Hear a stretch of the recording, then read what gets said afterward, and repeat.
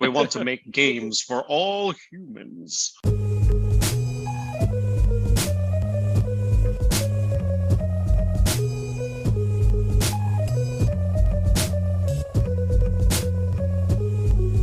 Hello, fellow netizens, and welcome to Scandalous Games, the show where we take a closer look at video game-related controversies. I'm Kevin Impellizeri, and I do the research and share a story of a video game-related controversy to my friends. Hey, I'm Phil Thomas, and you might as well consider me a video game newbie. I'm Andy Hunter, been gaming a long time, but mostly sequestered in my little Nintendo corner. I'm Elford Stephens, and since Andy hasn't claimed it yet, I'll just say I'm the gaming dad.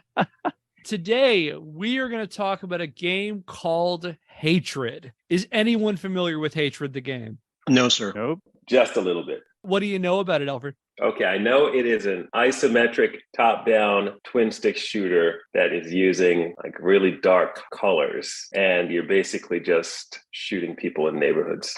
Yeah, it's an isometric twin-stick shooter developed by Destructive Creations and released for the PC in 2015. The game puts the player in the role of an unnamed guy who's called the antagonist in company promotional material, and not important by Hatred's fans, on account of him introducing himself in the game by saying, "My name is not important." However, for simplicity's sake, I've decided to call him Alan. Alan both looks and sounds like a discount Nathan Explosion from Metalocalypse, complete with dark clothes, long hair, and a voice like he's trying super, super hard to be serious and scary. Now, Alan wakes up one day and he decides he's just done with everything. And rather than having an ice cream or, hanging out with friends or whatever, he decides that the only solution to his ennui is to kill everyone he meets, followed by himself. Alan enacts his murderous rampage over 7 levels, including a train station, a military base, and a nuclear power plant, carrying out his murder spree with a diverse arsenal of weapons, including pistols, submachine guns, assault rifles, and grenades. Alan can also get up close and personal and perform brutal executions on prone victims, restoring health in the process. Each level involves Alan working through his anger issues on unarmed civilians who flee for their digital lives until he eventually has to match wits with the police and eventually the army, and pretty much anybody who's firing back at him getting in his way.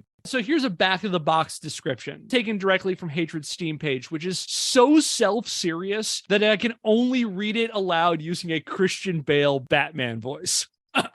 Hatred fills your whole body. You're sick and tired of humanity's worthless existence. The only thing that matters is your gun and the pure Armageddon that you want to unleash. You will go out for a hunt, and you will clear the New York outskirts of all humans with cold blood. You will shoot. You will hurt, you will kill, and you will die. There are no rules. There is no compassion, no mercy, no point in going back. You are the Lord of life and death now, and you have full control of the lives of worthless human scum. You will also run. You will need to think. You will need to hide and fight back when armed forces come to take you down. You will have no mercy for them because they dare to stand in your way. Only brutality and destruction can cleanse this land. Only a killing spree will make you die spectacularly and go to hell. Unquote. That was hard on my voice. I don't know. I'm kind of more of a Mario Golf guy. Kevin, the world is a better place now that you have given us your Christian Bale Batman voice. So while your first instinct might be that this is finally a case of one of those pesky murder simulators that Jack Thompson and Dave Grossman warned us about, there's a lot more to Hatred than its try-hard grittiness and provocative ultra-violence. And the controversy around this game is so much more than that. It's at once a series of really weird, confusing events, as well as a snapshot of a specific subset of gamers at a specific point in time, as well as a fascinating look at the debate over video games both as an entertainment medium and an art form. On top of that, Hatred might be the most high-profile game to be made by trolls for trolls. So why don't we get started? Yaroslav Zielinski first got into video games when he was 7 years old. Growing up in Poland, he quickly turned to modding and developed mods for such games as Wolfenstein 3D and Duke Nukem 3D, and he eventually used his experience to get a job in the games industry. In about 2009, he got a job as an animator for a Gliwice, Poland-based company called The Farm 51. His earliest credit was working on motion capture stunts for Necrovision, a World War I themed FPS released in 2009. And over the next several years, he developed in-game cutscenes for Two Worlds 2, released in 2010, and served as lead animator on Necrovision Lost Company, which was an expansion to Necrovision, released in 2009, Painkiller, Hell and Damnation, released in 2012, and Deadfall Adventures, released in 2013. Now, Yaroslav left the Farm 51 in September 2013 to work as a freelance animator. In February 2014, he started developing his own game in his spare time, and by June, he had formed his own studio, Destructive Creations, to bring his vision to market. Zielinski also convinced a few of his former The Farm 51 coworkers to join his new company. Now, 2014 was a pretty good time to start an indie game company, as over the past decade, there had been an explosion in small independent studios who published and marketed games on their own through a growing body of digital distribution platforms, such as the Xbox Live Marketplace, Steam, and GOG. To say nothing of studios just offering their games for direct download on their website. And digital distribution allowed small development teams to put out games without the need for a publisher to handle manufacturing, distribution, or marketing, and cutting out the likes of Electronic Arts and Activision also gave them greater creative freedom to explore genres and themes that would have otherwise been dismissed for their lack of broad market appeal. As a result, indie developers could now target specific niche audiences of gamers, and during this period, you saw otherwise neglected genres make comebacks, such as 2D platforms with games like Super Meat Boy, Braid, and Limbo, roguelikes with games like Spelunky and The Binding of Isaac, and survival horror games such as Amnesia: The Dark Descent and Five Nights at Freddy's. Developers, free of publisher pressure, also started pushing the creative boundaries of video games as an artistic medium, creating titles addressing complex themes such as gender and sexuality, identity, loss, and depression. And titles in this vein included Gone Home, Coming Out Simulator 2014, and Depression Quest. As for Zielinski, he wanted his first game to be a twin-stick shooter. Now, Elford, you mentioned this before. Do you want to explain briefly what a twin-stick shooter is? Sure.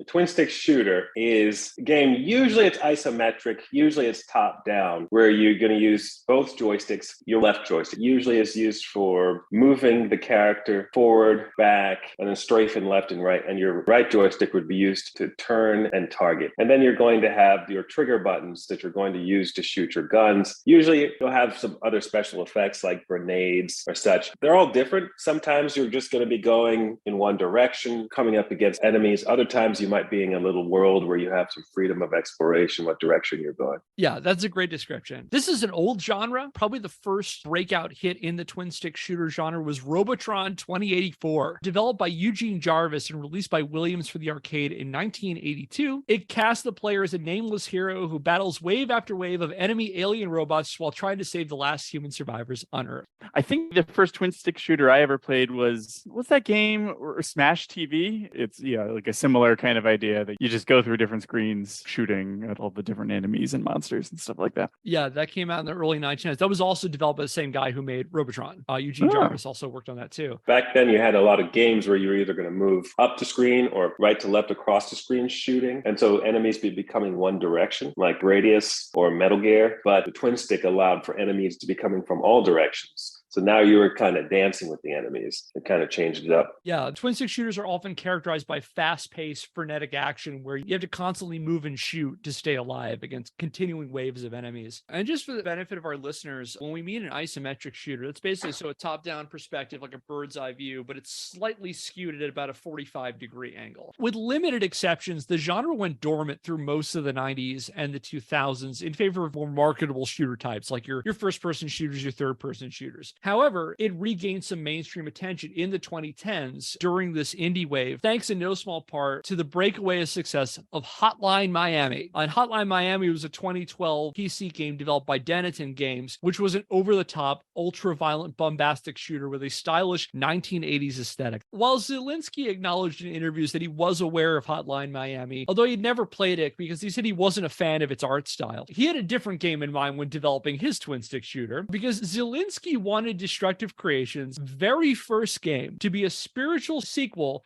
to one of his all-time favorite games, Postal. Oh, no. Great. You gotta be fucking kidding me. So somebody actually bought that game. Yeah.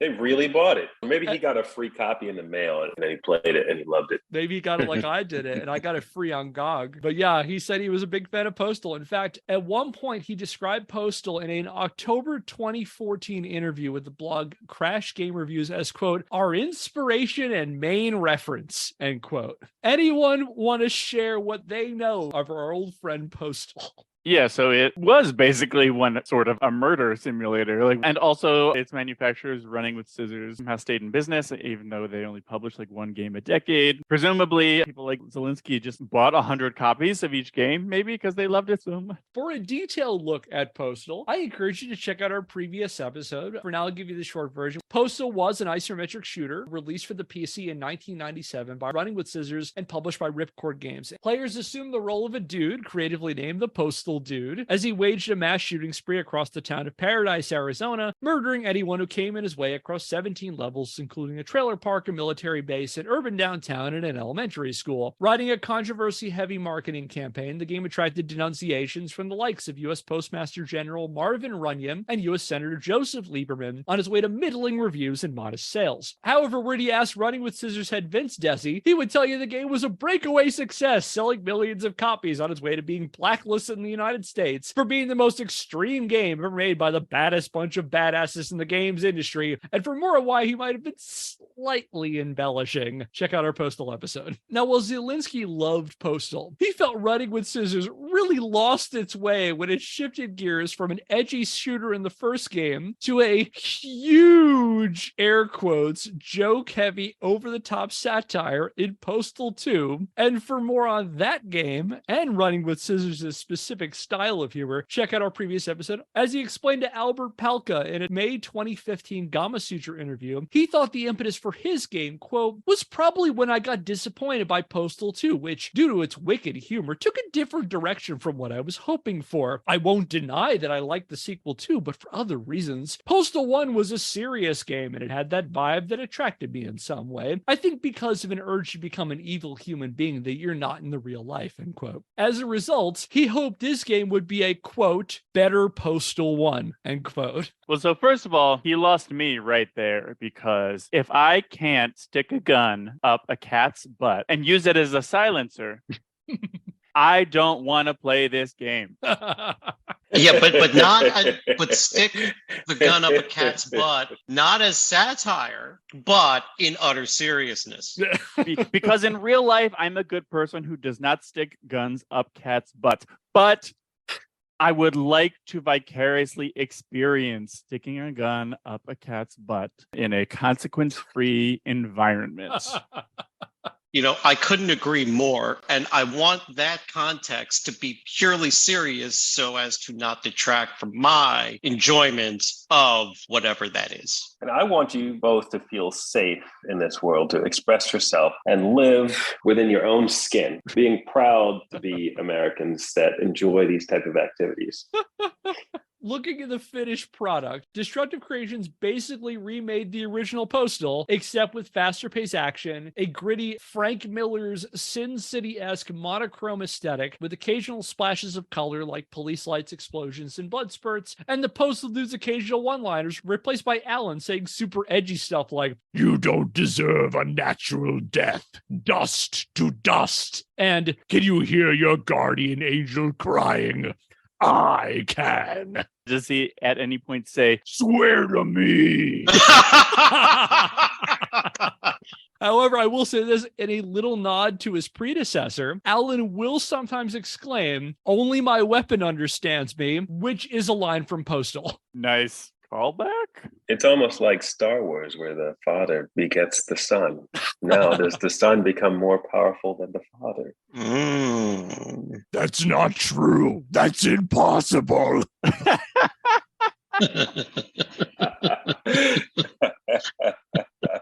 In addition to Postal, another clear design influence for Yarosov was something much more contemporary in 2014, GamerGate. What do you all know about GamerGate? I feel like I've been subtly or not so subtly pushing you to do like an entire year-long 12-part series on it, Kevin. Jesus Christ.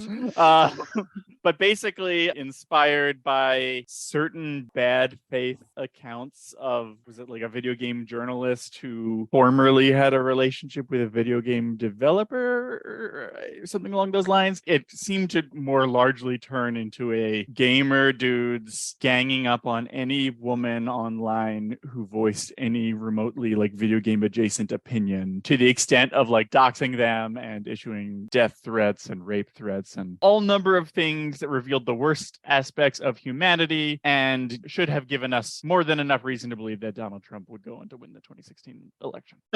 Damn. Yeah, I would love to learn more about this. We talked about it briefly quite a while back. I was kind of out of the news space when Gamergate was occurring. You're a better man than I for that, because I followed a lot of this. Oh boy. You sum up a lot of my thoughts on Gamergate too. And we're not going to do a 12 months of it. God, I'd kill myself. We will do Gamergate eventually. It's emotionally exhausting. It's rough stuff. Yeah, I feel like none of us could handle more than maybe a two-parter. And we would still need many get over here's to lighten the mood. Yes. For now, what I will say about it is that in 2014, an angry subset of the gaming community organized an online movement pushing for what they said was ethics in games journalism, while alleging various ethical lapses and conflicts of interest among members of the mainstream gaming press. In practice, however, this largely translated into peddling various conspiracy theories, railing against any form of video game criticism and denouncing any efforts to make gaming as a medium or a business more welcoming to people who weren't straight cisgender white dudes. Gamergate advocates argued in part that video games were first and foremost designed for entertainment, and they demanded that critics review games solely on their technical merits. So things like graphics, controls, level design, fun factor. Anything beyond that, for example, addressing a game's representations of race or gender, or its possible greater social, cultural, or political meanings, was the work of social justice warriors, or SJWs, inserting their own politics into video games to force their beliefs on gamers. Ultimately, SJW became a blanket term for people Gamergate supporters didn't like, including video game scholars and critics, journalists at mainstream gaming news sites like Kotaku or IGN, and numerous developers, many of whom were women, people of color, or members of the LGBTQIA community. Harassment campaigns were common in the Gamergate crowd, and they framed their actions as the real gamers, as they viewed themselves, defending the medium they love from outside agitators and fake gamers looking to tear it down, because of course the SJWs and all them are fake gamers. On top of that, Gamergate supporters also viewed games that didn't fit this consumer entertainment mold, such as artistic or issue-oriented games like Gone Home or Depression Quest, with suspicion or contempt. And going back to Destructive Creations, in designing their title, they looked at this expansive video game market that allowed for both big AAA titles and indies, as well as games that catered to niche audiences and expanded the creative and artistic boundaries of the medium, and saw a horrifying totalitarian regime where the SJWs decreed that every game be experimental art or push their authoritarian liberal agenda. As Zielinski told an Engadget reporter in a late October 2014 interview, the message of their game was, quote, that we should not bend under political correctness propaganda, which we can see everywhere right now. We live in the free world with freedom of speech and artistic expression, and we should use it in any way we want. Otherwise, we'll be falling under SJW's regime, end quote. Thoughts so far? I mean, I don't know. I was going to make a joke about like, oh, well, I, as a white man, feel so oppressed by women, but no, too serious topic. I think the more video games there are for different audiences, the better. I think people who want the standard, quote unquote mainstream games will still always get a new Call of Duty each year and that kind of thing. So, like I said, I think all of their arguments are in bed. I guess my observation is that all of the people who seem to be creating these murder simulator adjacent games seem to not only think the same, but exhibit the same lack of self-awareness or introspection. Their opening salvo against the SJW Reign of Terror was a no-frills title simply about murdering as many people as possible for no reason. As Zielinski explained in an interview with Colin Campbell of Polygon, quote, we wanted to create something contrary to prevailing standards of forcing games to be more polite or nice than they really are or even should be. Yes, putting things simply, we are developing a game about killing people. But what's more important is the fact that we are honest in our approach. Our game doesn't pretend to be anything else than what it is, and we don't add to it any fake philosophy, end quote. I would not be surprised if at some point your script ends up addressing this anyway, Kevin, but I'll say it here that all art is political anyway, that, when people decry something like, oh, how dare you be political by, making this protagonist a woman or a person of color when the character doesn't need to be that, then you're being needlessly political. But they fail to recognize that your mindset being that a character should default to being a white cis male, that itself is like a political point of view. And, anytime, whether it's a movie or a book or a video game, you are still making a political statement, even if you are fitting into the mainstream, whether deliberately or not, you're just advancing the idea that the mainstream is the default and should be taken as the assumption. Like, I feel like it's, helpful to point that out at some point during this conversation. Very good point, Andy. Let's see where this goes. Yeah, I feel like if anyone takes any kind of message from the overall project that has been Scandalous Games, it has been that video games have always been political. Nothing exists in a vacuum, and things are always influenced and shaped by the way that specific person views the world. And there is definitely this inclination especially in games, particularly from a segment of guys like in the GamerGate crowd, where it's like, if it's not a straight white dude, then it is a political game. It's suddenly by default political. And there's a critic named Noah Caldwell-Gervais who did a long form video on the entire Postal series and Hatred. And he talked about Postal 2 in this context, but like, imagine if the Postal dude were a black man. Does it convey the same kind of meaning that it does for the Postal dude to be pissed off about the fact that he's got to stand in line and buy milk and he could just as easily shoot everybody? Is it the same if he's not a straight white dude? Is now it political, and why is it political then, Mm-hmm.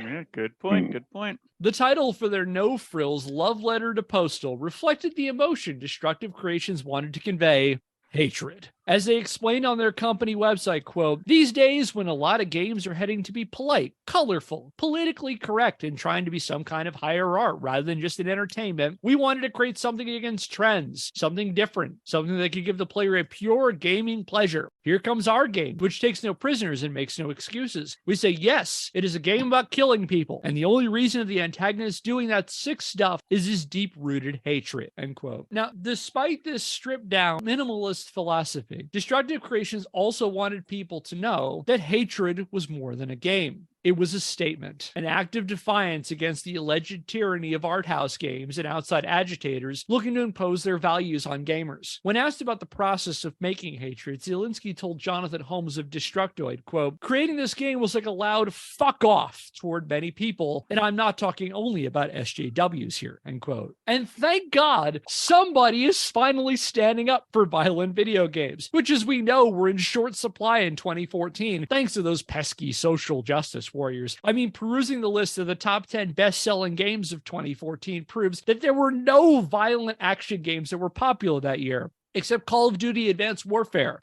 Grand Theft Auto 5, Destiny, Watch Dogs, Far Cry 4, Call of Duty Ghosts, and Assassin's Creed Unity. But, 7 out of 10 is basically nothing. It could be 10. Yeah.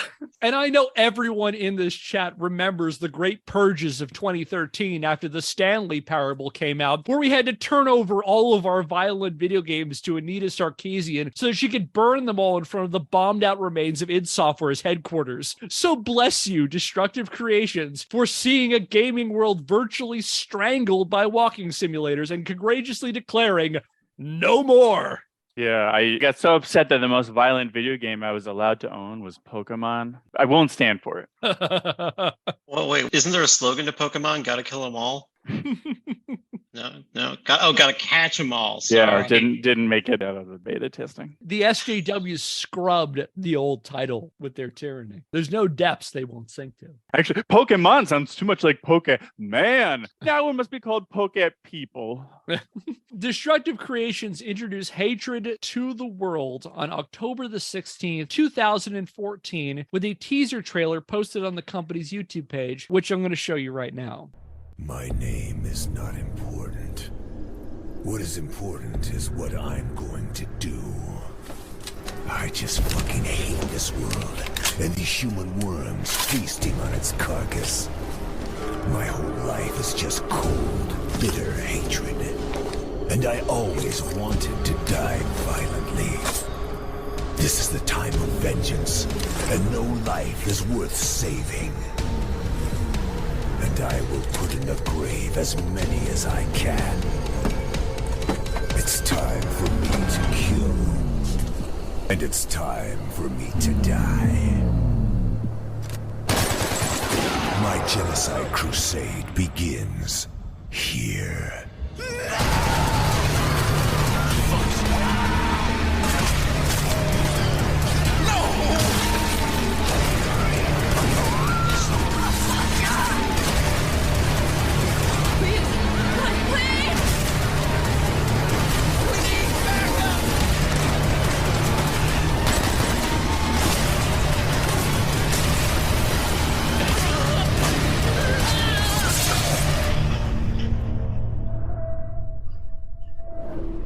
So thoughts? I mean, this won't really come across to the podcast listener, but the logo for Hatred is really hard to read because of like the blood splatter, or the letters are made to look like metal, but with chips out of them or something. So I really couldn't tell at first, like, wait, what does this spell? Like, I know it's Hatred because that's the subject of the episode.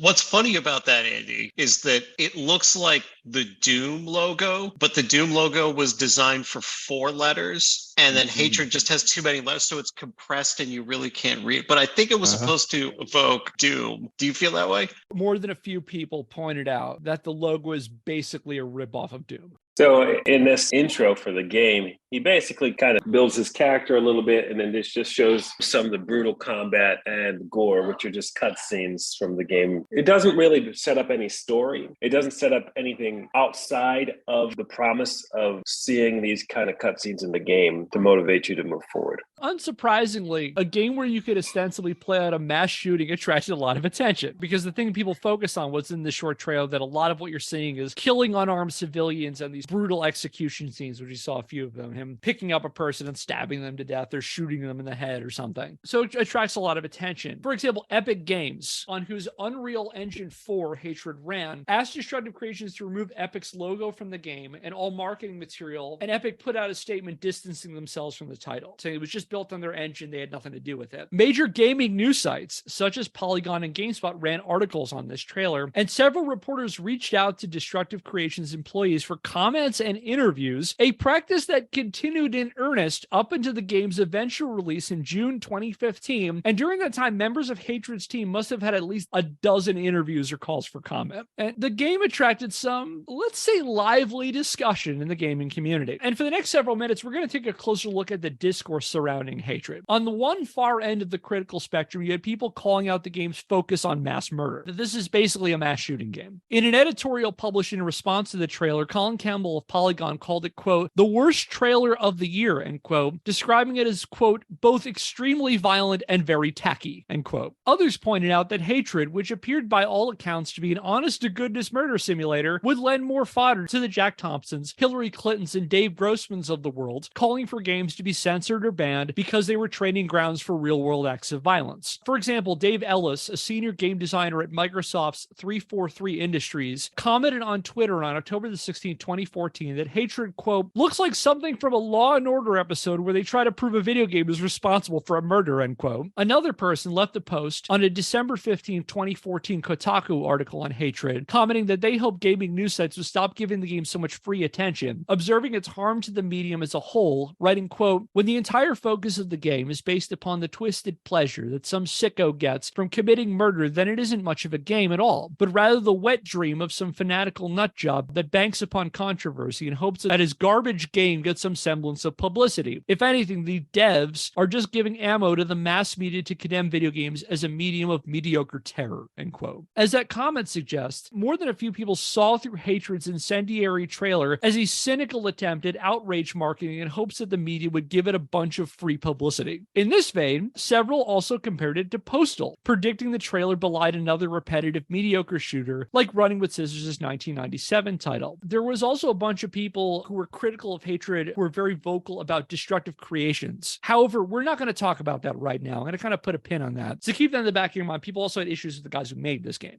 However, I want to make it clear that while Hatred's critics had plenty to say about its content and what it meant for games as a whole, as far as I can tell, no one made any serious calls for it to be censored or banned. Now, in fairness, I did come across a change.org petition asking Destructive Creations to stop making the game, but I think this is an outlier on account of it closing after only receiving 136 signatures, and a bunch of the people signed it clearly just did it to hurl insults at the person who created it. From what I've read, people's concerns were less about whether Hatred had a right to exist, and more about what the game and its creators allegedly stood for. And I bring this up because I feel that point is really important when examining how Destructive Creations and Hatred's supporters responded to critics. I'll just say one thing, and I wouldn't be surprised if as you go on, it reveals more about this, but the idea of like news outlets basically stop writing opinion pieces on this because it gives this game free publicity, eerily, or maybe very intentionally, to me echoes the idea of news outlets don't share the name of mass shooters because mass shooters want their name to become infamous. And so you're paying into their desires. And so that was a thing that actually struck me as really off in that trailer for Hatred, where he says, "My name is not important." It's like, well, that's like the one thing that makes this stand apart from a pure mass shooter, like one-to-one, because it seems like most real mass shooters do want to be remembered. Andy, I was interpreting it a little differently. When you said, "My name is not important," I was thinking that during the Jedi training, the Padawans were supposed to be nameless. And at some point, once he becomes a full Jedi Knight, he will be given a name. Obi-Wan antagonist. Well, yeah, I mean, I think they leave him nameless because, you wouldn't want to alienate anybody from identifying with the character, right? Oh, yeah. They're like Ed. You know what? Ed will be like, "Wait, why did they have to name him after me?"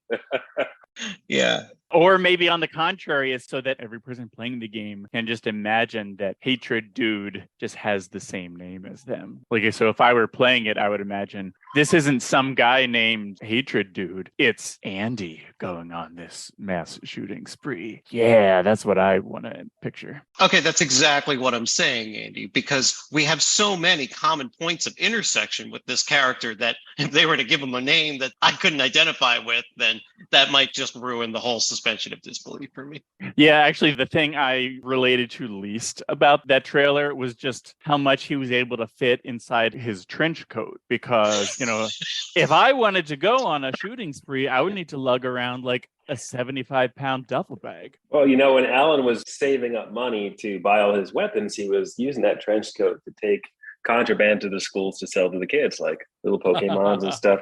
So looking at that trailer, the main characters, he's wearing dark clothes. He's got a dark leather jacket. He's got the long hair that's not well groomed. And so I'm thinking they're trying to be the stereotypical goth, maybe, and they're trying to play into this mindset we had in the 90s where goth people were something, and trying to capture maybe the emotion that like some heavy metal, death metal will inspire. My take is they're trying to create this character using this imagery. Yeah, I definitely also get like a post-Columbine trenchcoat mafia kind of vibe from this guy. Your thought before, Elford, about him raising the money to commit this murder spree makes me wonder about him doing some sort of boring day job to try to raise the money to get all the ordnance he would need. Just gonna flip 6 more burgers and I'll have a little bit more for that. You can buy an extra clip. I hate these burgers. Say maybe this is the unofficial sequel to Postal 2, because it wasn't one of the errands in Postal 2. You have to like go to the bank and cash a check or deposit your paycheck or something. Listen, what do I have to do to get you behind the wheel of this Dodge Durango?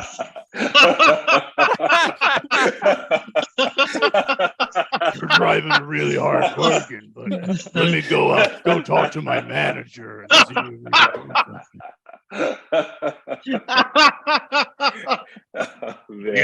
He really doesn't usually agree to this, but I got him to throw in the undercoating. We're gonna get hooked up, honey. We need to buy this car. We need to buy this car now.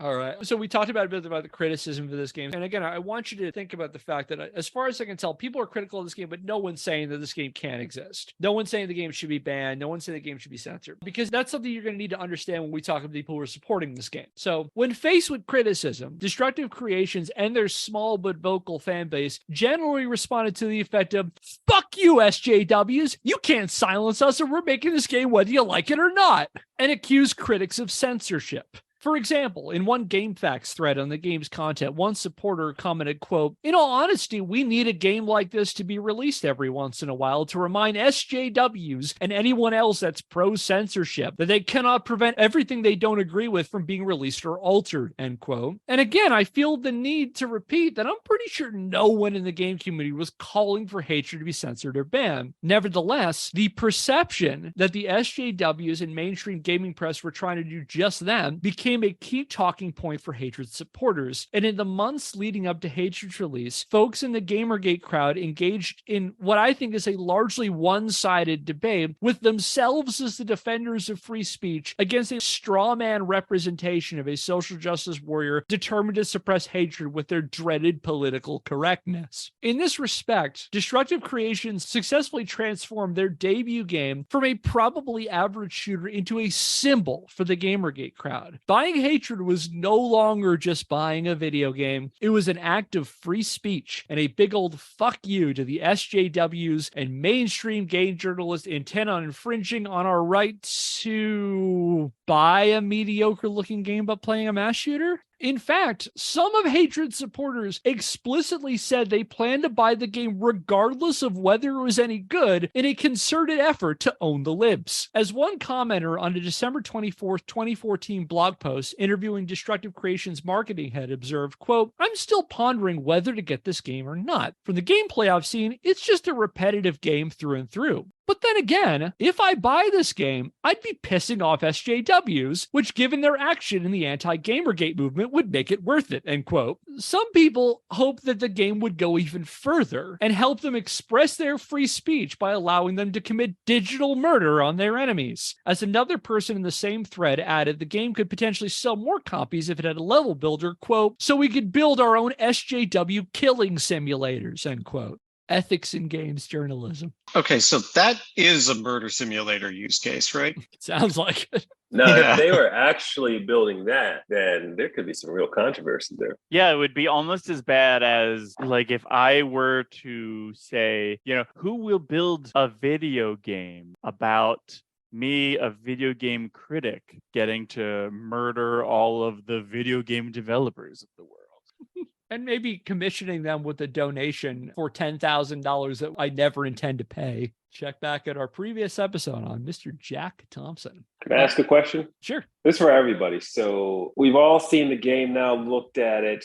From what everybody's seeing, how is this game more violent than other games? That's a great question. I would say that it's not terribly more violent than other games. Like the stuff that they're saying that this game can do. Grand Theft Auto 5 came out in 2014. You could walk around and shoot people and run them over with cars to your heart's content. But if we were to take a cynical take on this, you need to stand out from those games somehow. And if you create a narrative wherein you are making a statement that says that, we should be allowed to do these things, then that allows you to create an opportunity where you could say this is a specific statement for this game. I would contest it based on what I've seen, that there's not that much separating this game from any other game. So, Kevin, usually when we talk about these games, there are like two sides or there are two parties. Like there's the company creating the game, and then there's some pushback from somebody, or, there's Jack Thompson and whoever he's feuding with. So there's a game maker here who's making something just like the first Postal. And then there are other people who are coming out to try to support the game, to suppress any of the blowback.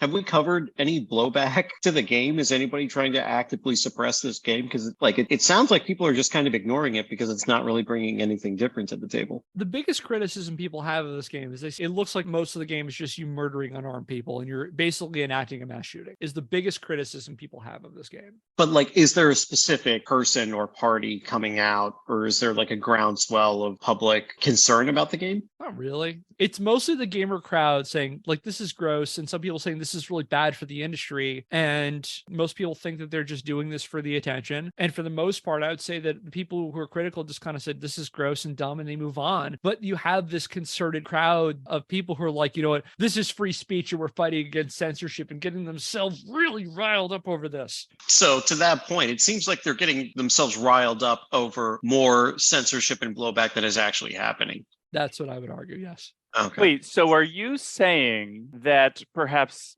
conservative or reactionary people like to perceive themselves as being the victim as opposed to perhaps people who are already in power? There you go, diving deep, Andy. Yeah, you kind of broke my brain there, Andy. That's dangerous thinking. We're 7 years later now, and I'm noticing on YouTube all the time, people are like, I've been demonetized. And that's like a new, I guess, way of showing that you are some sort of authority. You've been demonetized. It's cancel culture, these guys are doing the cancel culture complaint before cancel culture had a name, Mm-hmm. These guys were ahead of their time. And Destructive Creations was more than willing to egg these people on. As Yaroslav Zielinski declared to Jonathan Holmes of Destructoid in 2015, quote, to anyone who opposes social justice warriors and unethical games journalists, I would say, keep fighting. We're on your side. While we really don't care about the voice of SJWs, they're just a loud minority in the gaming world. And most people don't care about reviews or Metacritic anymore, me included. Many games I like were heavily bashed by the media. And besides, submission is for the weak. We won't submit to the values we don't accept. We like to do things the way we want, end quote. To which parenthetically, someone goes, no one's telling them they can't. Literally no one is telling them they can't do that stuff. Yeah, I mean, you said they were ahead of the game as, trying to push back against cancel culture before cancel culture. They're so ahead of the game, they're trying to push back against getting canceled before anybody's trying to cancel them.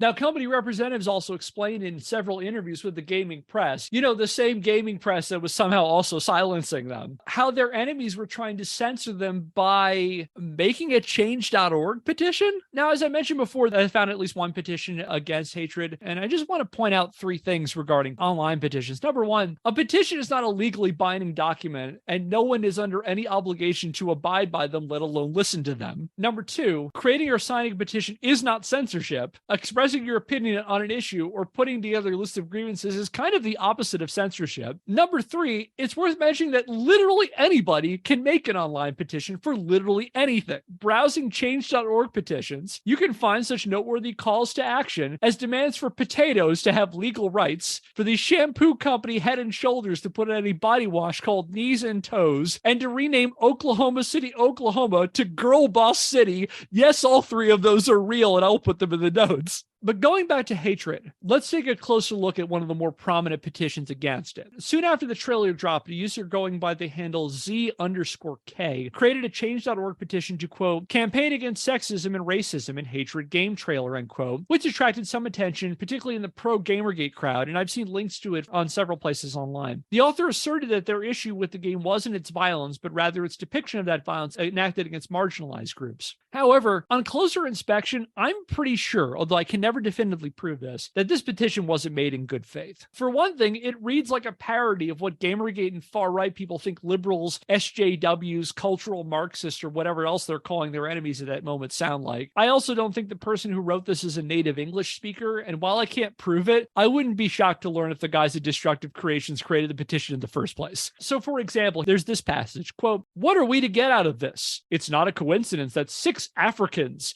2 women, one of which is Asian, and only 2 white cops that may have even been from native descent or other were showcased in the most violent parts of the trailer. And to reiterate, this petition is not about protesting violence. It seems that everyone likes to latch onto that in opposing arguments. This is about utilizing sexism and racism as the basis of either development or marketing. Look at the new Call of Duty Advanced Warfare trailer and the pointless appearances of a woman barely dressed in order to target their straight white male audience. We're not trying to stop the old ways of developing games. A lot of incredible games have been released in the past, most of which convey a lot of sexism or misrepresentation. However nice it would be if we could alter that, we at least want to make room for games that equally represent all types of humans, regardless of ethnicity and gender, if any associated, end quote. On top of that, while the petition attracted 835 signatures, based on the signers' comment section, the overwhelming majority of those were from hatred supporters, many of whom just posted the most vile, racist, and anti-Semitic stuff imaginable. It's bad. It's funny. It sounds like that petition was written by Kang and Kodos from The Simpsons. Like, we are newlyweds on the way to Earth's capital. We want to make games for all humans.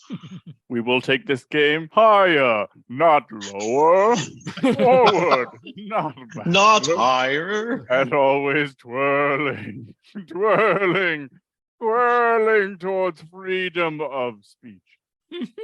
All of this is to say that when it came to Hatred's discourse, conversations largely boiled down to, at one end, concerns over its depictions of killing unarmed civilians as the core gameplay mechanic, and on the other end, a foaming rage that somehow calling attention to the game's content was the mean old SJWs and liberals and mainstream game journalists trying to silence anything that didn't fit their oppressive political correctness. Hatred's next foray onto the gaming front pages came on December the 15th, 2014, when it made its debut on Steam Greenlight. Steam Greenlight was an initiative that Valve launched on August the 30th, 2012 as a way of vetting games and promoting small indie titles on Steam. For a $100 fee, developers could list their upcoming game project and users could vote via a like-dislike button whether they felt the finished product should appear on Steam. And this fan reception would help Valve determine whether to list the game for sale. As an aside, we may cover Steam Greenlight in a future episode because while in theory, it empowered users to help decide what appeared on Steam, assisted small developers in promoting their games, and provided Valve a kind of self-policing early warning system to weed out poor quality games before they could appear on the site. In practice, Greenlight proved an easily exploitable, unmanageable system, which rapidly devolved into a massive clusterfuck of broken or unplayable games, asset flips where developers just bought pre-made game assets and passed them off as original content, or in some cases were just straight up malware.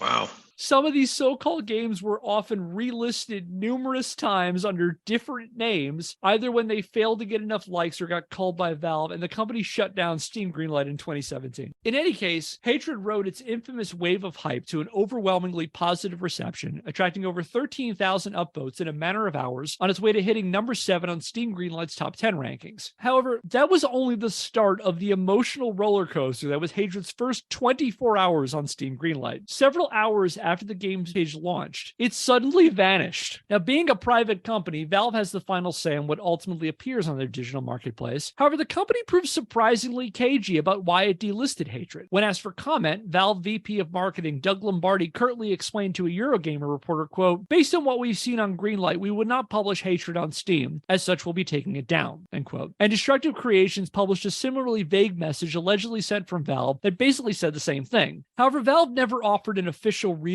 why they didn't plan to publish Hatred on Steam, leaving supporters and critics alike to fill in the blanks. Hatred supporters set up change.org petitions imploring Valve to reinstate the game, and reading the comments left by signers encapsulates a lot of the discourse Destructive Creations helped ferment around their title. Many posters felt it wasn't Valve's place to decide what was appropriate to appear on their own marketplace, and treating it should be left to consumers to decide Hatred's moral value. As one petition explained, quote, "We acknowledge that Valve as a private entity has a right to curate what sorts of products it can sell on its own services. However, this petition also acknowledges that decisions of good taste and moral offense should not be decided for us by Valve. Rational human beings should be allowed to make that judgment for themselves. We should be allowed to either purchase or ignore Hatred as we choose. This decision should not be taken away from us by Valve. Our choice to refuse is just as important as theirs," end quote. Wait a minute. There's the first part of that where it's like, while we acknowledge, no, you don't.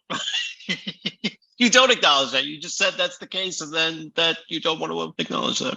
Yeah, this is a silly petition. Yeah, I mean, especially just because there are other ways that a game company can sell you their game than Steam. Like these dedicated, fans of a game that's not even out yet, they'll be able to find the game just on Destructive Games' website or whatever. So I guess they're more just sad that but then less educated people than us won't be able to happen to find Hatred on Steam. So I think it's baloney. Others unsurprisingly cried censorship, posting things like, quote, "I refuse to support a service that encourages censorship," end quote, and, quote, "Bring it back, no to censorship," unquote. Some posters pointed out the hypocrisy of Valve targeting Hatred by carrying a bevy of other violent or controversial games, such as the Grand Theft Auto and Postal series. As one poster exclaimed, in a familiar callback to a previous episode, quote, "Really, Valve? This is where a game goes too far? Not when you're peeing on bodies that you just shot up with an assault rifle that has a cat shoved up on the end of it by its butthole to function as a silencer," end quote.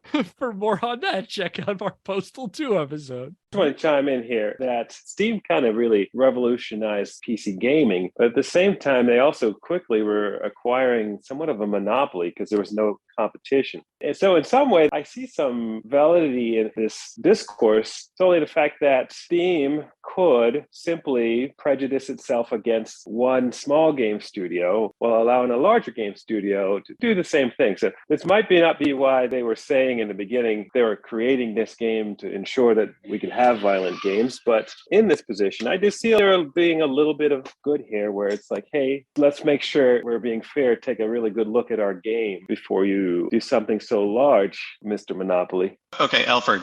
That was a good argument, which means you should have written this petition, right? Like that's where it's like, oh, okay, prejudice against a small game studio in favor of a big one. It's like, yeah, that's great. You know who they needed? They needed Elford Stephens. The only problem is you disagree with all of their stances. Yeah, that may be true. I hear what you're saying, Elford, and I think that's a whole separate, very worthwhile conversation. But also, like, looking at it from the perspective of Valve, I feel like I totally get why they'd be like, sure, but you know what? The average person out there doesn't look at us as a utility. They look at us as a private company making the decision to allow this game on our service. And so we will get a lot of shit from those people if we let this game stay on our service. So I also see where they'd be coming from that. Ironically, given the game's origins in GamerGate and the company's vocal aversion to games as art, several signers of these petitions explained that they were defending Destructive Creations' freedom of artistic expression. As one poster exclaimed, quote, "Developers have the right to express themselves through games however they choose. Unless we can get past this offends my feelings, therefore it should be banned malarkey, games can never evolve as an art form. Let the only medium of a game's success be the principle of how many people objectively thought it was a good game," end quote. With another simply adding, quote, "art should not be censored," end quote. Wait, so are they saying that this game perhaps is political? Oh my God. Well, now that you mention it, You can imagine the wheels turning for that. It's like, we need to be able to say that video games can make statements, but wait a minute.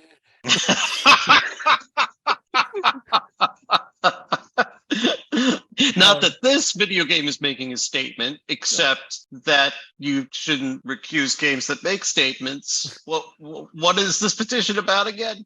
Who am I? What have I become? Speaking of Gamergate, and I want to point it again, Valve really made no statement about this. They really didn't come out why they did this. So some of the more level-headed thinkers in the community in Gamergate came to the logical conclusion that the SJWs in liberal games media had somehow pressured Valve into censoring hatred. Although I still fail to see how news sites giving the game a ton of free press and journalists practically tripping over themselves to get sound bites from Destructive Creations employees translates into them silencing the company's artistic vision. I will point out that when this came down from Steam Greenlight, a bunch of gaming news sites reached out to Destructive Creations to ask their thoughts on this, but somehow they're censoring them. Anyway, as one outraged poster simply declared, quote, "It's disgusting that the media can stop a game from being released. Fuck Kotaku," end quote. Another added, quote, "The gaming press has long stopped representing the opinions of gamers, and companies like Valve should stop listening to clickbait articles of those self-proclaimed journalists. Gamers want this game, and removing it with a lousy justification to cater to SJWs feels like an insult. You should either bring back hatred or remove Postal, Call of Duty, Hotline Miami, and GTA along with it," end quote. Meanwhile, another eloquently declared, quote, "Now to the people in social justice warriors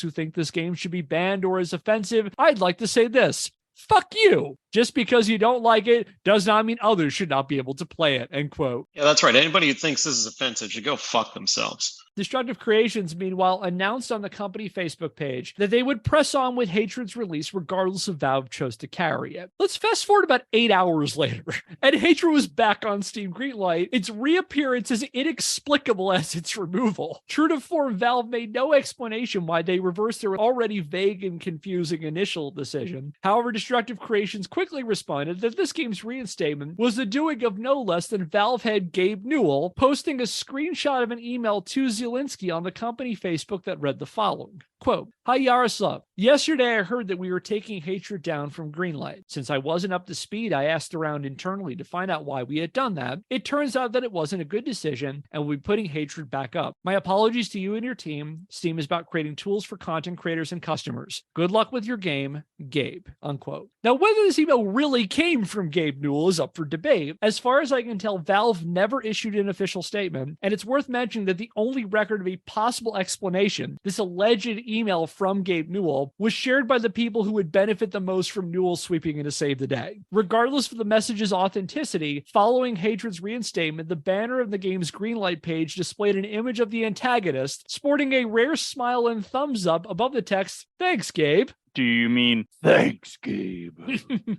Let's fast forward about a month, and Hatred made its way back into the headlines a third time on January the 16th, 2015, and it's thanks to the Entertainment Software Ratings Board, who issued the game an AO rating for intense violence, blood and gore, and strong language. Ayo!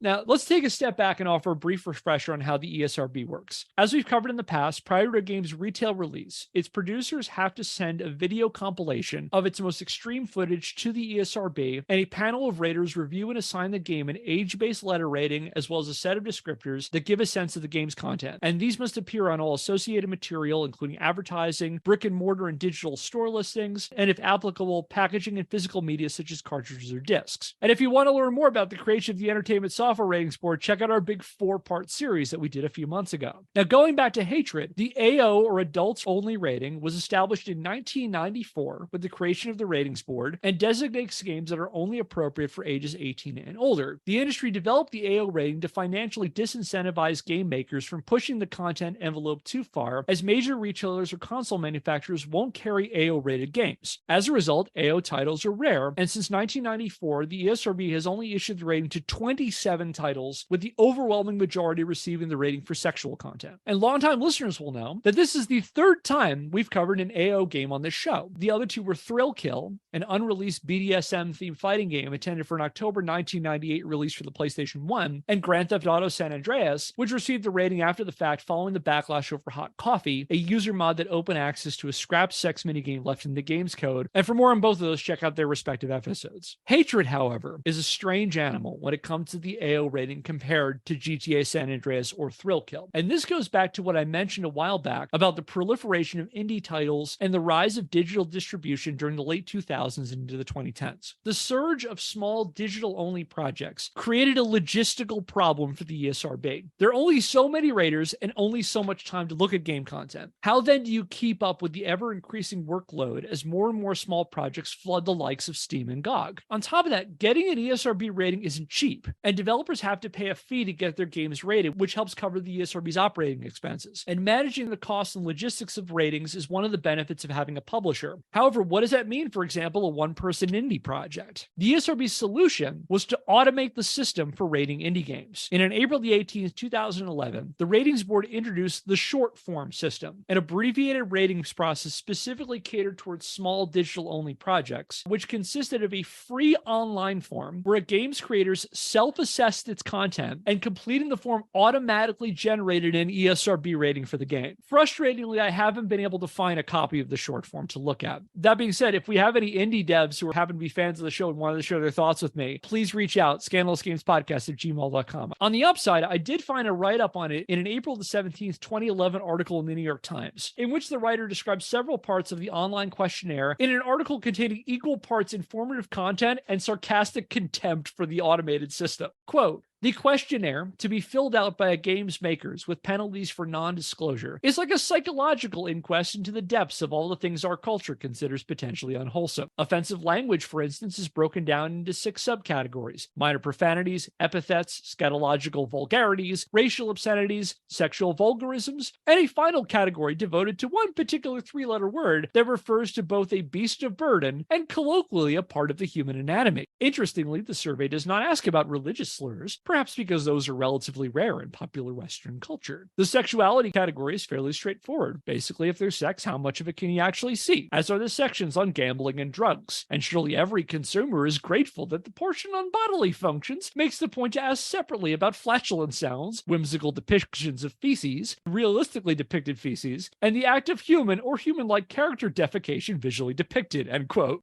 While the writer lends no insights into how the form measured violence, I think based on what they mentioned about sexuality, profanity, and the presence of poop, you kind of get the picture. I would love for it to be just a slider that you can select on a scale of 1 to 10, with 1 being just the poop emoji and 10 being 2 girls, 1 cup. Where does your game fall on the poop meter? That's amazing. Dear Lord. So as a result, Destructive Creations is a small independent studio with no publisher and no concrete plans for either a North American retail release or a console release, likely received Hatred's AO rating after completing the short form. Now, I can't definitively prove that, but I think that's what happened. This means that unlike the overwhelming majority of AO rated games, Hatred likely received the dreaded rating without anyone beside Destructive Creations themselves actually evaluating its content. On top of that, it's worth mentioning that Valve then and now does not require a game to have an ESRB rating to be listed on Steam. They could have put it out without one. Now, speaking for myself, were I an unscrupulous person looking to get a bunch of cheap and easy attention for my game project faced with a form that automatically generates a rating based on my self-assessment, chances are I'm just going to check all the most extreme boxes to troll the system into giving me an AO rating. And while I cannot definitively prove this, I think the guys at Destructive Creations did just that. Yeah, I can see that, especially if their whole marketing strategy at this point, was, this is the game that's so extreme, the man doesn't want you to play it. I mean, this is the game so extreme, the man doesn't want you to play it. I mean, why not do that? When you're a small indie project, there's virtually no downside to gaming the system to get an AO rating. I mean, if you're not planning a physical retail release and you're okay with not appearing on consoles, like if you're just making a digital-only PC game, there's no leverage against you. I mean, what's Best Buy gonna do? Continue to not carry your game? On top of that, earning an AO rating is a super easy way to stand out in a crowded Steam marketplace. Like I said, Steam greenlit was a shit show. It was tons and tons and tons of games, and a bunch of them were just this garbage. So earning an AO rating is a super easy way to stand out in a crowded Steam marketplace, as the overall rarity of AO titles all but guarantees press attention. And skipping ahead, sites like Kotaku, Polygon, and GameSpot, as well as some mainstream news sites, put out articles on Hatred's entry into the select club that includes the likes of Water Closet, The Forbidden Chamber, Peak Entertainment Casinos, and Playboy Screensaver, The Women of Playboy. Moreover, if you're Destructive Creations and you've already been marketing your game on controversy and outrage, getting an AO rating is a great selling tool that adds to your infamy and bolsters your claims that your game is the most extreme title since Manhunt 2. Although to hear Destructive Creations representatives talk about it, they were just as shocked as anyone that their game had suddenly been gifted with another wave of free publicity. I mean, handed the harshest rating the Entertainment Software Ratings Board has to offer. For example, Yaroslav Zielinski himself lamented to Jonathan Holmes of Destructoid that the ESRB handed down the AO rating despite never actually playing the game. However, as we know from previous episodes, that's how it works for every game that gets rated by the ESRB, and he would know that if he had really sent a review package to them. As he explained, quote, "The rating we got was premature. It was based only on gameplay video. The ESRB didn't actually play the game. It's the context of the game that made the rating. We would be better off with an M rating, but we didn't have any influence on the rating company decision," end quote. So just a context question. I think I asked this exact same question about Postal. This is the point where I get curious as to how much revenue is this game generating? Like with all the stuff going back and forth about it, like, is it worth the trouble? Is it bringing in money? That's a good question. Skipping ahead, I have no idea what the sales figures are on this. If I were to make an educated guess, I'm only doing this based on Steam reviews because people can only put a Steam review down if they played a game. So that would suggest they had to buy that game. There are about 11,000 reviews on Steam right now. So at least 11,000 people bought this game. There may be more and people just didn't rate it, but no idea how well this did. I had no idea what their projections were. My educated guess is it probably did all right. Do you know if the game studio itself is profitable in general? No idea. I can tell you they're still around though. Oh, okay. So this is what another Destructive Creations employee commented on the company's official message boards after it got the AO rating. They said, quote, "Well, I'm not quite convinced why Hatred got AO rating while it lacks any sexual content, but it's still some kind of achievement to have the second game in history getting an AO rating for violence and harsh language only." I believe he's referring to Manhunt 2 as the first. "Even if this violence isn't really that bad and this harsh language isn't overused," end quote. They observed an AO rating would make it it harder to get Hatred onto consoles. However, they added the company was not willing to sacrifice its integrity, noting that if they did edit the game's content, quote, I think you guys, our fans, would be disappointed with it, end quote. To their reported surprise over the rating, given what we've just discussed, the only response this humble historian can give is the jerking off motion. Let's fast forward again to Hatred's next and final major wave of newsworthiness when it made its long-anticipated Steam release on June the 1st, 2015. And its release meant gamers could at long last use their consumer power to tell the SJWs to go fuck themselves and stick it to the mainstream gaming press, who were determined to censor Hatred by, one would think, counterintuitively constantly reaching out to Destructive Creations for soundbites at practically every stage of the game's development. And with that in mind, what do we think the critical reception was to Hatred? I would guess it was a big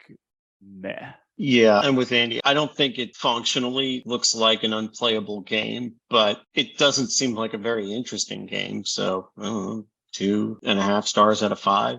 Like its spiritual predecessor Postal, Hatred attracted middling to poor critical reception. Positives include the game's distinct art style and its destructible environments, while negatives included its poor hit detection, bad AI, spotty controls, and troublesome bugs. Probably even worse, for all of its audacious content, the gameplay got old quickly, and on top of that, several reviewers observed that in their pursuit to make a stripped-down murder simulator free of any pretense or motivation, Destructive Creations, like Running with Scissors before them, successfully created a violent video game where the violence meant nothing. As Chris Carter explained in his 5.5 out of 10 review for Destructoid, quote, where Hatred partly fails is that it doesn't really make any meaningful statements in regards to its violence. Not that it needs to, mind you, it kind of just is, end quote. Daniel Tack of Game Informer gave a similar take in his 5.5 out of 10 review, writing, quote, while the concept behind Hatred begs for controversy and outrage, you'll be hard-pressed to care. For all the shock and hullabaloo following its path toward release, Hatred is nothing special or particularly egregious in the world of video game violence, except for the fact that it relies on that violence alone. The game takes itself extremely seriously, and it's plenty of extremely violent content and murder, but it ends up feeling more like camp. You've probably seen this kind of thing before, and decades ago at that, end quote. I feel Justin Clark of GameSpot gave the most concise critical epitaph for Hatred in his 3 out of 10 review, writing, quote, Hatred is too repetitive to be exciting, too dumb to be frightening, too basic for you to feel accomplished at its end, too dour to be violently cathartic, too self-serious to engender ironic amusement, and yet still too childish to matter, end quote, concluding by calling it, quote, a nothing of a game, end quote. Can I jump in here real quick? Sure. I'm not as eloquent as a reviewer as some of these fellas, but Hatred was interesting. I played it just briefly. I picked it up because it was on sale on Steam, and it basically took me back to why I ended up a console gamer. Because the computer I have is from 2013. It was a really good computer at the time, and Hatred was made in 2015, so it should be able to play the game. But basically, the game was very, very, very choppy on my system. So I spent maybe 2 hours trying to tweak the game just to be able to make it playable. And then as I'm playing the game, as far as I could go before it became too unstable for me to play, there wasn't much to it. There wasn't much to the game. And what I noticed is that although it's violence compared to the games as you've mentioned in the past, its violence is only relative compared to these other games. It only started making me see how violent some of the games I was already playing. As a game itself, I felt like it was not fully developed in such a way that it was playable. So it couldn't be compared to some other games that are more successful, like Grand Theft Auto, which at this point, these games are playing very smooth. I think since Grand Theft Auto 3, they're pretty smooth games that you can put on your system and play. So it doesn't surprise me that so many reviewers rated it so poorly, because outside of the controversy, what you have is a game that's hard to play because the game on some people's computer systems isn't going to work very well. Underlying everything, it's like some people are working hard to defend a broken down buggy. And you're like, when you actually see the buggy, you're like, what are people talking about? Like, why would you want this thing? Like when I was playing, I was like, this game could be decent if it wasn't so jerky, if I could actually target the people. Like once I got the system going, I was like, okay, but it's going to be really repetitive. You're really not doing very much of anything. It's got a cool system in it where when you do these executions, that's how you refill your health. And I like games that have systems where playing better results in you being able to play longer. And I thought that was cool, even though it's the executions, whatever. I thought that was cool. But to be honest with you, I think this game could have been more successful if they just had maybe a couple extra people people on their team that could have polished it better. So it would have been decent. But to get those people, they may have had to have a better writer that put a story in that would make it interesting, maybe. Who knows? It could be argued that with a game so closely intertwined with GamerGate, that Hatred's critical reception, given the low esteem for its supporters for the mainstream gaming press, ultimately doesn't matter. And with that in mind, let's see what those folks thought of it. Perusing the game's Steam page as of this recording, Hatred has over 11,000 reviews, and the majority of them are positive. Now, a bunch of those reviews are your typical edgelord, lol, murder's fun, finally get to do a school shooting kind of responses. So, for example, one person posted, quote, anger management simulator, 10 out of 10, would pew pew again, end quote. Another added Hatred was, quote, the best comedy game of 2015, end quote. So some of the players thought that it was meant to be like a GTA type of satire? I think they're being ironic when they're saying that. Oh, okay. However, the predominantly positive reviews doesn't mean that players didn't take issue with Hatred. Some reviews, even the positive ones, criticize Hatred's repetitive gameplay, poor controls, short runtime. Based on perusing long plays on YouTube, you could finish the game in about 2 hours, and its high asking price. It originally sold for about $20, although it's often discounted. Some also observed that in trying to be so aggressively self-serious, our buddy Alan just came off as campy and ridiculous. However, more than a few still bought into the free speech, anti-censorship argument, proclaiming that even if they felt the game wasn't that good, they were still giving it a good review as a battle in the alleged war against censorship. As one writer explained in their positive review, quote, this is not a good game. Controls feel sluggy, aiming is hard to get used to, movement is slippery and all over the place. The black and white vibe that the game goes for is great until you lose your character on the screen every 5 seconds. It's offensive for the sake of being offensive. The development team intentionally created a school shooter, end quote. However, they concluded, quote, video games are art, forget Roger Ebert, and since video games are a medium of art, Hatred has the right to exist whether you like it or not, end quote. And for context, what they mean there is, on April 16th, 2010, Roger Ebert put out a blog post in which he asserted that video games could never be art. I say boo to that. Yeah, that's a whole separate conversation. But like this person saying that Hatred has a right to exist because it is art, because video games are art. Well, now, so here's the thing. I agree that, yeah, like, I mean, it's fine for an artist to make whatever statement they want. But to me, that's a totally separate thing from, is this game good or not and worth somebody else's time and money, which is, to me, the main reason to write a review. I mean, like, I've played games where, like, yeah, I liked the story and I didn't care for the gameplay, and it's worthwhile for you to know that going in, just, you know, if you want to buy it or not. But I would never say, like, I had no fun playing this game, but I rate it positively because it deserves to exist. That's just me. It also kind of flies in the face of the argument they're making before, where they said, let the consumers decide whether or not this game is any good. And those consumers are deciding that the game is not very good, but they're also saying, you know, we're going to review it positively anyway. It doesn't matter if it's a good game or not. Consistency is not something you see often in the GamerGate crowd. Nevertheless, there was a minority of players who gave the game negative reviews for the same reasons, arguing Hatred was, all politics aside, just a bad game. And interestingly enough, this frequently attracted Hatred supporters who left comments attempting to discredit these critics, likely missing the irony of trying to silence other people in their crusade against censorship. For example, one negative review attracted 14 pages of comments. And while the majority agreed with the user's assessment that the game was shallow and dull, a few of Hatred's fans came out to complain that the person had preconceived biases against it and was intentionally trying to dump on it, saying things like, quote, I feel that people are actually buying this game, knowing full well that they are going to leave a negative review afterwards. Do something better with your time and money, end quote. Another person who said, quote, take your emotions elsewhere when reviewing a game if you want to make a quality review, end quote. And later comments devolving into, quote, lol, you're an SJW, this game is good, end quote. And one person who simply called the reviewer a, quote, PC gay slur, end quote. The game's overall poor quality left some people who bought Hatred thinking that they'd been had, leaving them to discourage other GamerGate supporters from buying it. As one explained, quote, if you're buying this just to get back at people who anger you on the internet, I'd suggest you reconsider. You're part of the group that the developers are baiting and counting on to buy this game since it's nothing special. But it's your money, so do whatever, end quote. Others dismiss Destructive Creations as simply peddling controversy to sell a mediocre game. As one commented, quote, the hatred directed towards hatred is not undue. The pre-release trailers for the game did brand itself as a sadistic murder/torture simulator. They created the controversy on purpose, and it worked. Without it, the game would have never gotten so much attention, and by extension, sales, end quote. Meanwhile, a bunch of people commented on negative reviews, something to the effect of, what did you expect? Others, meanwhile, cried conspiracy, saying the SJWs were out there deliberately putting out bad reviews in a nefarious plot to tank the game's Metacritic score. On a Steam comment thread in the game's poor showing from June the 4th, 2015, one poster declared, quote, "It's not a conspiracy that it's getting low reviews. It's all of the politically correct reviewers that work for these sludge websites getting ass hurt over the game not being banned completely," end quote. Another added, quote, "Most of the reviews on Metacritic are from sites who are too afraid of upsetting the SJW crowd," end quote. I've got two thoughts about that. One, I feel like the expression butt hurt is just so much more fun than ass hurt. So that's my constructive criticism toward that commenter. Two, it's actually funny to think of a conspiracy by SJWs, except the conspiracy is let's trick a bunch of like reactionary GamerGate people into wasting their money on a bad game. So like if the four of us decided to create a really mediocre, shitty game, put this like bad politics on it and say, this is the game the libs don't want you to spend your $70 on. And we just watch the scandal coin roll in. They don't want me to spend my money on this game. I better get to the store right now.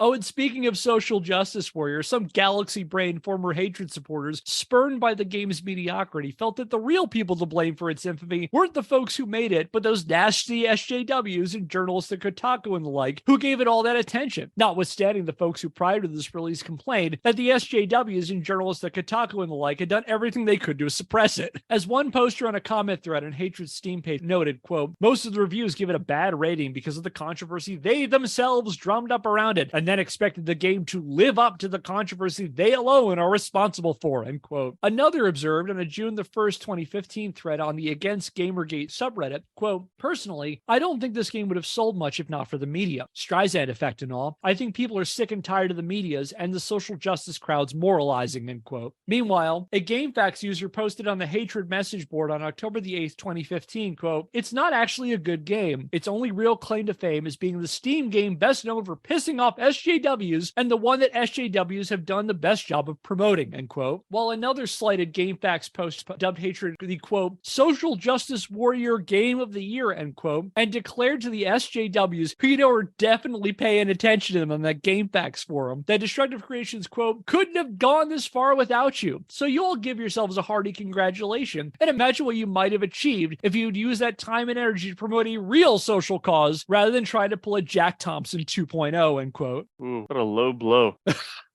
Now, if I still had my legal powers, I would sue.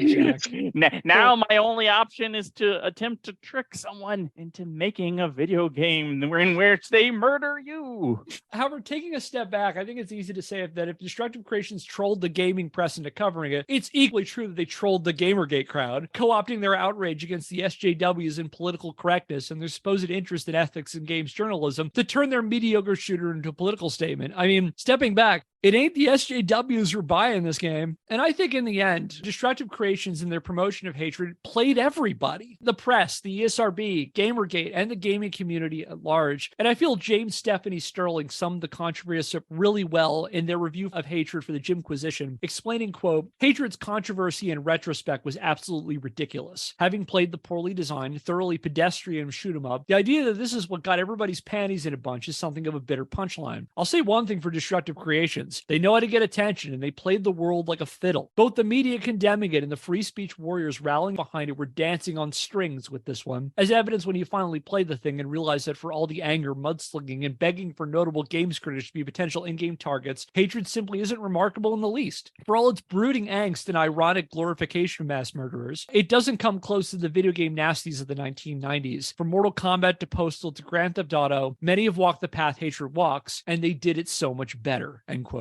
In the end, while never completely admitting that they deliberately trolled the media and the GamerGate crowd to promote and sell their game, Destructive Creations staff leading up to and following Hatred's release were more than happy to thank everyone for the free publicity. For example, when Colin Campbell of Polygon asked Yaroslav Zielinski if Hatred's content was a cynical marketing ploy, the Destructive Creations CEO replied, quote, "I'd say they have a lot of reasons to claim that, especially that, as you can see, so-called shock tactic does its job very well, and in fact, we should thank all those haters haters out there for it. Winking emoticon, end quote. He punctuates a lot of his replies to news reporters with emoticons, incidentally. Let's fast forward about 5 years to Hatred's most recent appearance in gaming headlines. On April the 8th, 2020, Destructive Creations posted on their official Twitter a post with the cryptic message, quote, "Something is going to be released soon. Do you have an idea what it will be?" End quote. Accompanying the post was a picture of the Nintendo Switch superimposed over a screenshot from Hatred. Now, whether this is a legitimate announcement that Hatred is in fact coming to the Nintendo Switch, in which case this raises the question of whether the company will try sacrificing their integrity to get that M rating, or if this is just a last-ditch effort to relaunch the old controversy that brought them into the spotlight in the first place. We'll just have to kind of wait and see with that. And that's where we'll end. Final thoughts? After the story, I have no love for Hatred. No love for Hatred. So, Kevin, if I'm understanding the story here, basically you're showing that the company that produced Hatred basically manufactured a culture war and used that as a validation for their game rather than producing a really good game. Am I following you? I'd say that's a pretty fair assessment. So I picked the game up because I was really interested in the topic. What is this game, Hatred, that Kevin is talking about? I popped it in and sitting on my computer, and you start out the game with that same cutscene it shows you in the trailer. You start in an isometric house. You already have an automatic rifle and a handgun. You walk out and people start running from you. And from then it goes into a game of cat and mouse where everybody's running really fast and you want to catch up to them so you can shoot them. But what you find quickly is that it's hard for you to control your character. And after a while, the police start showing up, and the police can move really fast and they can shoot you. And you do your best to learn. So after like an hour and a half of figuring out how the game works, finally you're doing okay. And then you run out of bullets and you're looking around like, where are any bullets? And then finally you Google it. Where are bullets? Oh, you have to actually fight the police officers. Unlike other games where the police officers, if you combat them, they'll bring in a SWAT team or something. So you learn like in real life, like we're not going to go there. In this game, you're actually to fight the police officers in order to get more bullets. So you get good enough to do that. You keep playing, but as more and more people come on the screen, the game becomes more and more unstable. And so instead of rewarding you for putting your time into it, you are being punished because the game cannot handle, the system can't handle the game, however it's being designed. And in the end, it almost feels like it hates you, like because it's punishing you for even trying. I was surprised. The game could have been a decent game. Yeah, it probably would get pretty repetitive because you're not really doing all that much. And it's not really that much that interested. All the stuff in the background with their story, their character who just wants to kill. Like, I can see a lot of gamers just forgetting about that if the game was decent. Like most of us, we'll play a game and we're having fun with it. And story doesn't matter too much. Like we like it a little bit. So I'll compare it with Gears of War, which came out, I believe, in 2006. So quite a while before this game, which was a very, very violent game where you could take a chainsaw and cut your enemy in half. It has a story, and the story is only mildly interesting. What they do have is really, really good banter between the characters, and I think you really fall and start to like the characters. But the story is really not that interesting. You kind of gloss over it. Like, you only pay minor attention. I think Hatred could have been like that if it was produced better.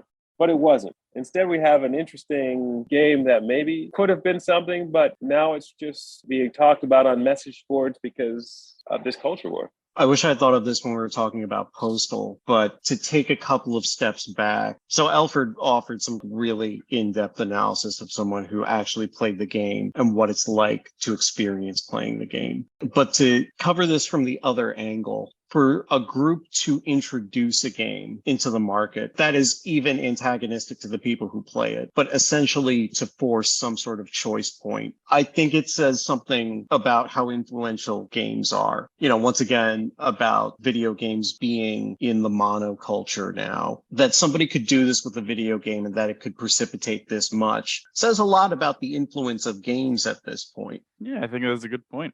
I think so much of the Hatred story is how bad faith actors can exploit the discourse over games and the way it was changing at the time, and also kind of the systems in place for games. So like clearly they know that the indie market is massive and everybody can put out a game. And like, how do we stand out? And GamerGate was a lot of what people were talking about in 2014. It was like the conversation in video games. But I think that Destructive Creations see a conversation that's happening in the game community and they see something they could exploit. I think that ultimately what Destructive Creations saw was we're staking out on our own. We've got this small company. We're 10 to 13 guys in this. We're making a game that's niche and we're putting it on a marketplace that is very, very big and very, very crowded. How do you stand out? We need to make a statement and we need to rile up a certain segment of the population. And who's really riled up right now? The GamerGate crowd is. And an easy way to get into their good graces is to say, we're basically against everything you're against. So like, we're against these art house games and we're against all this fake philosophy and these politics that are being inserted into video games. This is liberal shit. This is SJWs trying to mess with you. We're going to make a straight up game that is exactly what we want. It's honest in its approach and all that stuff. And people are trying to silence us for doing that. We're being too courageous, too brave. And that resonated with the GamerGate crowd because that was a lot of the conversation they were having, was that basically these amorphous villains that became the SJWs, whatever they wanted to call it, that they were out there to get us. And we need to not just save ourselves, but save gaming. We are the true avatars of the video game identity. We will not let them stop us. We will not let them replace us. And I think that they, on top of that, realized in a moment that they had captured an attention of the mainstream gaming crowd. And whether or not they sought out to try to deliberately get that news attention is kind of a debate. I think they probably did, but I don't have enough evidence of that. But they definitely saw they had a moment. And when people started reaching out to them for comments, well, we got some attention and we're going to lead in this as much as we can. We're going to signal boost to the GamerGate crowd that we're on their side as much as we can. And we're going to rally them together and they're going to rally for us and basically create our own PR team that we don't need to pay. That's going to go out there and promote this game and say every dollar you give us is a fuck you to the SJWs, and then trolling the ESRB to get the AO rating helps boost their infamy. And then the game comes out and it's like, I mean, most games anyway are going to get their biggest sales right at the start of the release. And at that point, it's like, oh, you think our game is bad? Too bad. We already got your money. And I feel like it's that. I feel like it's a very elaborate marketing campaign taken from a bad faith place, from bad faith actors who exploited systems in the games industry on top of exploiting a segment of the gamer crowd and use that to market their game. I think ultimately this was a cynical, it doesn't matter whether or not they believed in the cause. I think they did believe in the cause, but it doesn't matter because they used that as a means to an end.